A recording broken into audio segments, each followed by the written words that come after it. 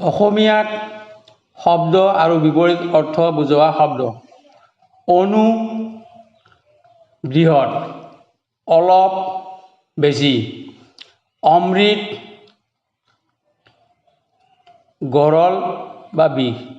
অসীম সসীম। আচল নকল। আকাশ পাতাল। আবাহন বিসৰ্জন। ইচ্ছা অনিচ্ছা। উত্তম অধম। উত্তৰ দক্ষিণ বা প্ৰশ্ন। উচিত হ'লে অনুচিত বিপৰীত। উচ্চ বিপৰীত শব্দ হ'ল নীচ বা অনুচ্চ।